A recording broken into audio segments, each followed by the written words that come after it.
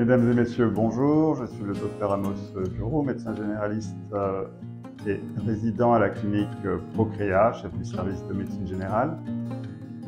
Nous allons essayer d'apporter quelques éclaircissements sur les idées reçues et les questions fréquentes concernant les maladies cardiovasculaires.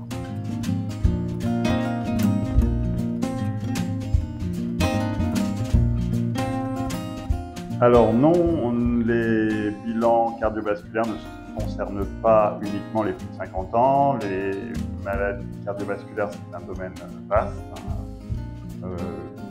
En gros, il y a deux catégories. Il y a les maladies qui touchent les coronaires, qui peuvent commencer dès 35 ans, surtout quand on a des facteurs de risque comme le tabac, l'hypertension, l'obésité, le cholestérol, sédentarité. Donc vous voyez qu'il faut, si on est dans cette catégorie-là de personnes, il faut s'en inquiéter dès 35 ans.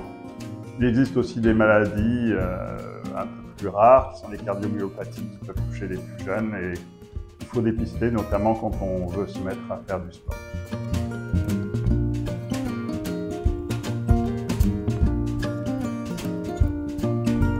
Alors non, heureusement, toutes les personnes en surpoids ou obèses ne font pas un infarctus. C'est un facteur de risque, donc c'est un risque augmenté. Voilà. Mais il y a d'autres facteurs de risque, il y a l'hypertension, il y a le tabac, qui sont même plus à risque encore que l'obésité. Tous ces facteurs de risque doivent être pris en compte et gérés avec l'aide de votre médecin traitant, médecin généraliste ou votre cardiologue.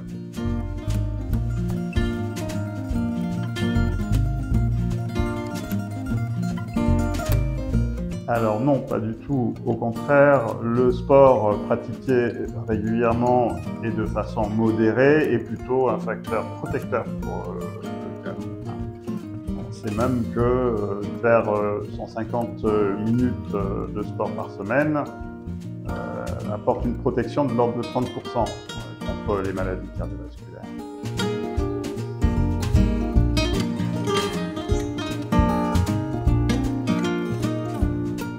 Alors cette question est un peu délicate, ça dépend de l'intensité du choc, mais un choc très important, oui bien sûr, peut avoir des répercussions sur le cœur et chez une personne préalablement fragilisée par des facteurs de risque, ça peut aller effectivement jusqu'à déclencher un infarctus.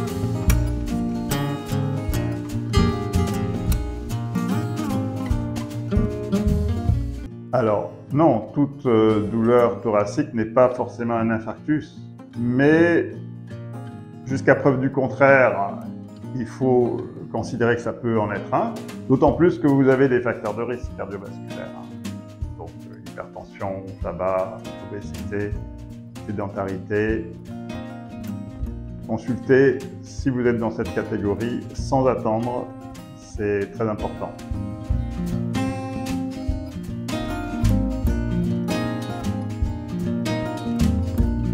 Alors non, un premier infarctus n'est pas obligatoirement suivi d'un second, mais c'est un risque. En tout cas, un premier infarctus doit vous faire abandonner définitivement tout comportement à risque de maladie cardiovasculaire. Et il faut savoir aussi qu'il existe des médicaments que votre médecin vous prescrira avec le conseil du cardiologue pour prévenir, protéger le risque de récidive.